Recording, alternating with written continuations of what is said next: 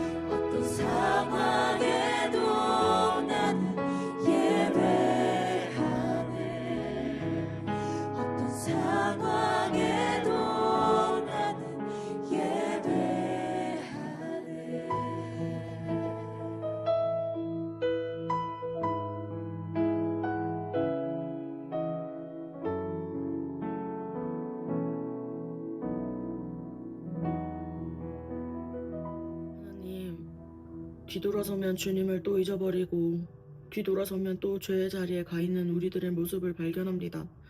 하나님, 이 시간 주님의 말씀으로 우리를 조명하여 주셔서 다시 주님을 가까이 하는 귀한 시간이 될 수 있도록 함께하여 주시옵소서. 예수님의 이름으로 기도드렸습니다. 아멘. 네, 여러분 연휴는 잘 보내셨나요?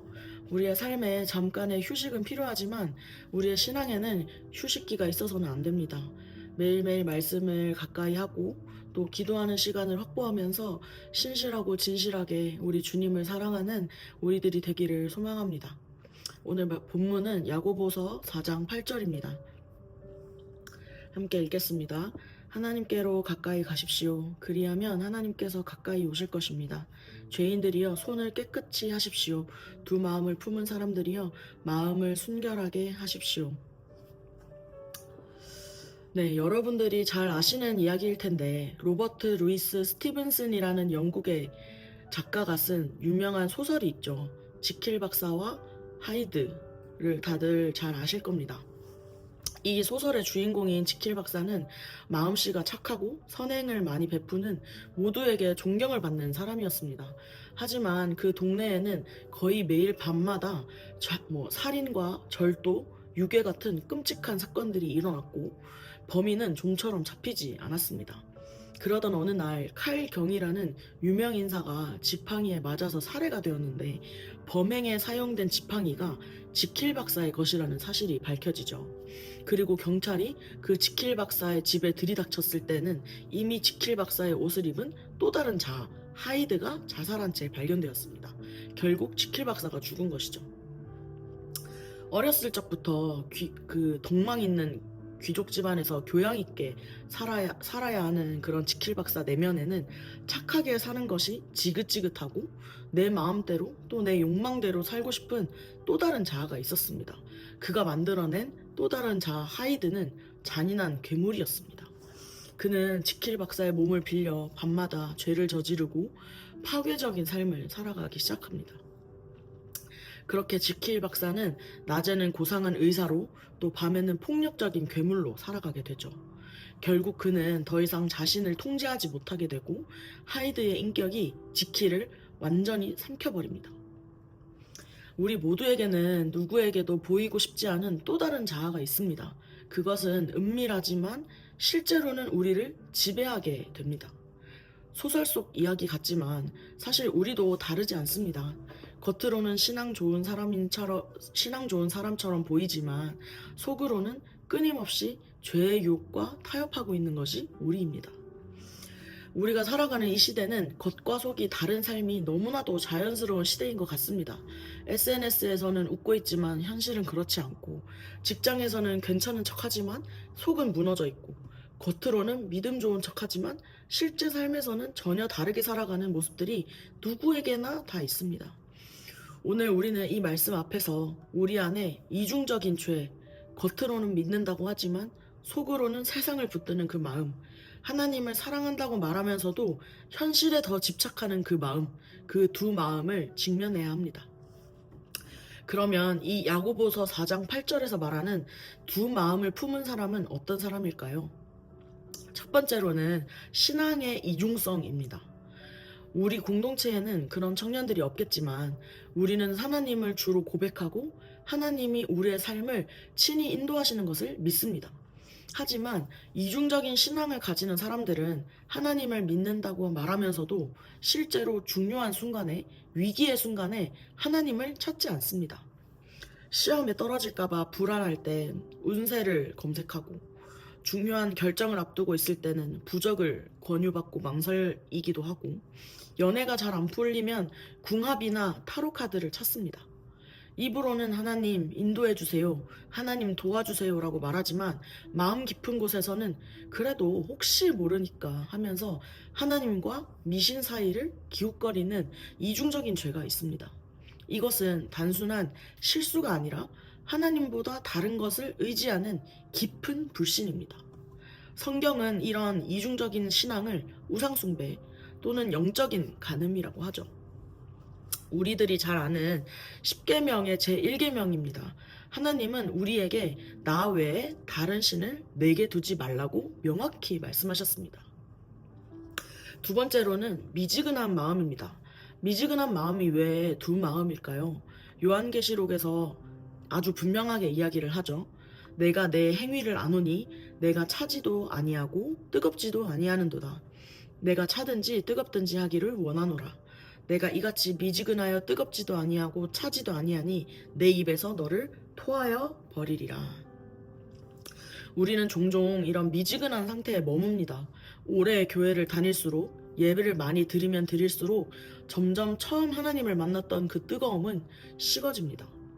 저는 어렸을 때 하나님을 만나고 제 소원이 교회에서 사는 것이었습니다. 교회에서 살면서 맨날 예배드리고 맨날 교회의 일들을 도와주는 게 제 평생의 소원이었어요. 근데 제가 마가의 다락방에서 사역할 때 주님께서 저의 그 평생 소원을 단번에 이루어 주셨습니다. 월요일부터 주일까지 정말 하루도 빠짐없이 매일 오전 저녁으로 2번씩 예배가 있었습니다. 여러분 어땠을 것 같나요? 제가 정말 행복했을까요? 매번의 예배가 정말 천상을 울리는 그런 뜨거운 마음으로 예배를 했을까요? 저는 그때 제일 많이 했던 말이 아마도 아우 또 집회야?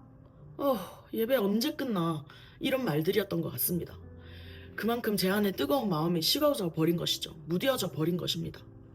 그렇게 미지근하게 차갑게 식어버린 마음으로 예배를 대하고 예배를 진행시키는 스텝이었을 때 하나님이 저에게 여러 목사님들의 설교를 통해서 또 저의 그런 기도의 자리에서 저의 미지근한 마음을 지적하시고 돌이키게 하셨던 기억이 있습니다. 이처럼 오랜 신앙생활로 무뎌지고 미지근하게 식은 우리들의 마음도 두 마음을 품은 이중적인 죄입니다. 세 번째 이중적인 죄는 세상과 타협하는 마음입니다. 우리는 현실적인 계산 앞에서 하나님의 뜻을 가볍게 여기곤 합니다. 이 정도는 괜찮겠지. 하나님도 이해해 주시겠지. 이 말들 속에는 하나님의 거룩하심에 대한 오해와 세상과의 타협이 숨겨져 있습니다. 그렇게 작은 타협은 점점 우리의 마음을 하나님에게서 멀어지게 합니다. 오늘 우리 본문 앞부분에 보면 4절에 이런 말씀이 있습니다. 가늠하는 사람들이여 세상과 버탐이 하나님과 등지는 이름을 알지 못합니까? 누구든지 세상의 친구가 되려고 하는 사람은 하나님의 원수가 되는 것입니다. 이 구절은 세상의 욕망과 하나님을 섬기는 마음이 양립할 수 없음을 보여줍니다. 세상에 대한 사랑은 하나님과의 관계를 해칠 수밖에 없습니다. 토니 에반스라는 목사님의 교회에 한 청년이 있었대요. 그 교회에서 찬양팀을 섬기면서 누구보다 뜨거웠던 청년이었죠.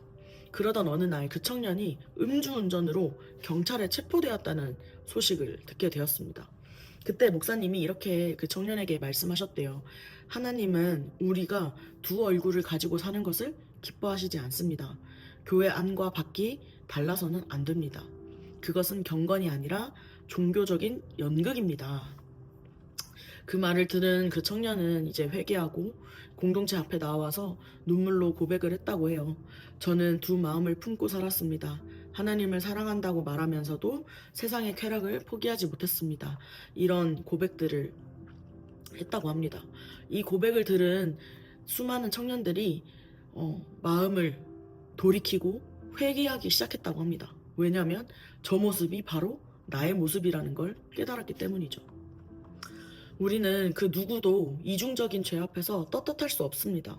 많은 사람들이 하나님을 가까이 하기를 원한다고 하나님을 더 사랑한다고 고백하지만 실제로는 우리들의 마음은 분산되어 있습니다. 야고보는 이 간극을 지적한 것이죠. 그러면 우리는 이 이중적인 마음을 어떻게 해야 할까요? 우리가 읽은 이 한 구절 안에 모든 것이 다 담겨 있습니다. 바로 하나님을 가까이 하는 것밖에는 답이 없습니다. 하나님의 말씀을 가까이 두어야 합니다. 하나님과 가까워지는 기도의 시간을 확보해야 합니다. 우리도 어찌할 수 없는 이 이중적인 두 마음을 버리고 어떻게 하나님과 가까워질 수 있을까요? 첫 번째로는 손을 깨끗이 마음을 순결하게 하는 것입니다. 성경에서 손을 씻는다는 것은 상징적인 의미가 있습니다. 단순히 위생적인 습관이 아니라 정결, 죄사함, 거룩함을 의미하죠. 출애굽기 30장 19절에서 20절을 보면 손을 씻는 행위는 하나님의 거룩한 임재 앞에 나가기 위한 필수적인 준비 과정이었습니다. 시편 26편 6절에서도 다윗이 고백하죠. 내가 무죄함으로 손을 씻고 여호와의 제단에 다가가서. 여기서 손을 씻는다는 것도 하나님 앞에서 깨끗한 양심과 회개하는 태도를 의미합니다. 우리는 두 마음을 품은 것을 회개해야 합니다. 어쩔 수 없어요. 이게 인간인걸요 라는 것으로 타협할 수 없습니다. 하나님을 가까이 하려면 우리는 손을 깨끗이, 마음을 순결하고 정결하게 해야 합니다. 여러분, 아침에 일어나서 화장실을 갔다가 손을 씻었다고 하루 종일 손을 씻지 않으면 그 손은 깨끗할 수 없습니다. 화장실에 갔다 올 때마다 자꾸 씻어야 해요. 제가 중국에 있을 때 이런 이야기를 들었습니다. 한 친구가 방학이어서 한국에 나가서 이런저런 검사를 받았는데 의사가 담배를 자주 피냐고 물어봤다고 해요. 그래서 이 친구는 담배를 펴본 적이 없다. 나는 한 번도 담배를 손댄 적이 없다. 라고 하면서 왜 그러냐고 물었더니 이 친구의 폐가 담배를 많이 핀 사람의 폐와 같았다고 합니다. 왜 그런 줄 아세요? 그때 당시는 중국이 미세먼지가 너무 심해서 그 미세먼지로 인해서 폐에 영향이 갔던 거예요. 이렇게 매일 우리는 보이지 않는 먼지를 계속 뒤집어 쓰는 것처럼 늘 죄 가운데 들어가 살기 때문에 죄가 묻어져서 나올 수밖에 없습니다. 그럴 때마다 기도의 자리에서, 말씀을 보는 자리에서 우리의 손을 씻으며 주님의 옷자락을 붙들면서 조금씩 주님께 가까이 가야 합니다. 두 번째로는 우리를 가까이 하실 것을 믿어야 합니다. 우리는 항상 죄를 짓고 나면 버림받을 것에 대한 두려움이 있습니다. 더 이상 주님께서 나를 사랑하지 않을 것 같고, 죄에 넘어지는 나를 주님도 포기하실 것 같고, 해도 안 되는 나를 주님도 어찌할 수 없을 것 같은 그런 이상한 확신이 자리 잡습니다. 손을 아무리 씻어도 또 오물을 만지고 있고, 세상의 모든 향기 좋은 비누를 써도 결국 내 손에서는 악취가 나는 것을 우리는 늘 경험을 합니다. 하나님을 가까이 하려고 하지만 그게 잘 안 돼요. 그럴 때마다 우리는 이 약속을 믿어야 합니다. 하나님께로 가까이 가십시오. 그리하면 하나님께서 가까이 오실 거라는 이 약속이요. 우리가 아무리 대단한 결단을 해도 결국 우리의 능력으로가 아니라 하나님의 약속에 대한 신뢰로 가능한 것입니다. 저는 하나님께서 가까이 오실 거라는 이 구절이 우리들의 회개에 기꺼이 응답하시고 우리의 손을 깨끗하게, 우리의 마음을 정결하게 씻어주신다는 약속으로 들려졌습니다. 여러분, 두 마음을 품는 것은 죄입니다. 위에서 나열했던 이 세 가지 이중적인 죄뿐만 아니라 모두가 각자가 알고 있는 은밀한 이중적인 모습들이 있을 것입니다. 마치 지킬 박사가 하이드라는 은밀한 괴물 같은 모습처럼 말이죠. 우리는 그 이중적인 죄를 경계하고 끊임없이 싸워내야 합니다. 우리가 해야 할 일은 단순합니다. 정직한 회개로 시작해 봅시다. 겉과 속이 달랐던 나를 고백하는 기도부터 시작해 봅시다. 사람들에게 보여줄 수 없는 나의 이중적인 죄를 예수님 앞에 숨김없이 고백해 보세요. 주님께서 우리들의 어둡고 쾌쾌한 은밀한 방들을 보여주실 것입니다. 또 하루의 말씀을 한 장이라도 좀 묵상해 보세요. 하나님을 가까이 하는 가장 안전한 길은 말씀 안에 거하는 것입니다. 우리가 지금 계속 큐티하는 시편 119편에서도 시인이 계속 그런 고백을 하잖아요. 내가 범죄하지 않으려고 주님의 말씀을 내 마음속 깊이 간직한다고. 말씀을 읽고 말씀을 묵상하면 죄를 멀리할 힘이 생깁니다. 그리고 마지막으로 세상의 소리를 줄여봅시다. 미디어, 사람의 평가, 또 비교, 그런 세상의 소리들을 한번 줄여보면 어떨까요? 우리 주일에 목사님께서 기분 나쁠 때 기도로 반응하라는 설교를 듣고 각자 결단한 것들이 있을 거예요. 기분 나쁠 때, 분노가 찾아올 때, 어둡고 음란한 생각들이 찾아올 때 각자가 결단한 장치들을 꺼내어 사용하며 우리에게 주님의 음성이 더 크게 들리기를 소망합니다. 여러분, 가만히 있으면 우리의 마음이 이중적일 뿐만 아니라 여러 다중적인 수백 가지 죄들이 우리를 공격하고 넘어뜨릴 것입니다. 지금부터라도 우리들의 손을 씻고 주님의 약속을 믿으며 하나님을 가까이 해야 합니다. 한시라도 그분에게서 떨어지면 안 됩니다. 끝까지 우리가 우리의 생명의 근원 되신 주님께 가까이 붙어 있는 저와 또 우리 ICC 모든 청년들이 되기를 소망합니다. 우리 이 시간 함께 기도합시다. 하나님, 우리 안에 여전히 두 마음이 있습니다. 주님을 사랑한다 말하면서도 세상을 붙드는 마음, 말씀에 순종하면서도 결국엔 내 욕망을 따르는 마음이 있습니다. 철저히 사람에게 숨겨왔던 나의 분노, 정죄, 판단, 음란, 교만, 거짓, 위선, 이런 것들을 주님께 숨길 수 없음을 고백합니다. 이중적인 모습을 사랑하며 주님을 멀리한 나의 죄를 회개하며 우리 시간 함께 기도하며 나아가겠습니다.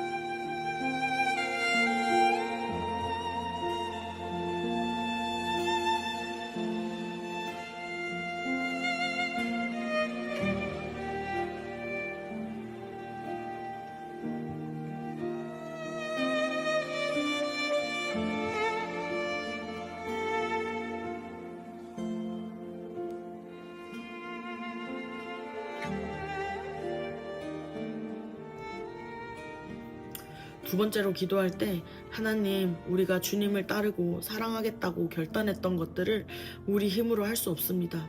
잘 가는 것 같다가도 또 넘어지고 될 것 같다가도 또 죄의 자리에 가 있는 우리들을 봅니다. 그럴 때마다 우리의 죄를 용서하시고 우리를 가까이 하실 예수님의 약속을 기억하며 각자가 결단한 것들을 잘 지킬 수 있도록 우리들을 붙들어 주시도록 우리 함께 기도하겠습니다.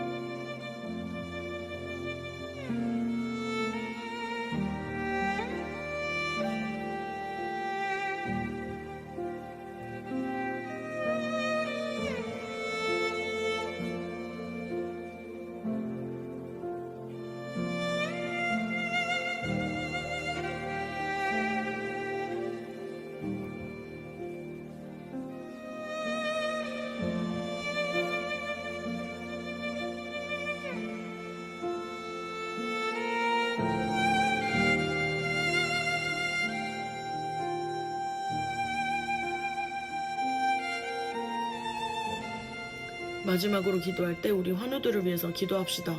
그 누구도 헤아릴 수 없는 고통과 아픔의 시간을 보내는 환우들 한 명 한 명을 주님께서 만져주시도록, 주님께 능치 못함이 없으시니 모든 질병과 아픔을 깨끗하게 치유해 주시도록, 그리고 무엇보다 이 고통의 시간들 속에서 주님을 더 깊이 만나고 사랑하도록 우리 환우들을 위해서 함께 명단을 보면서 기도하겠습니다.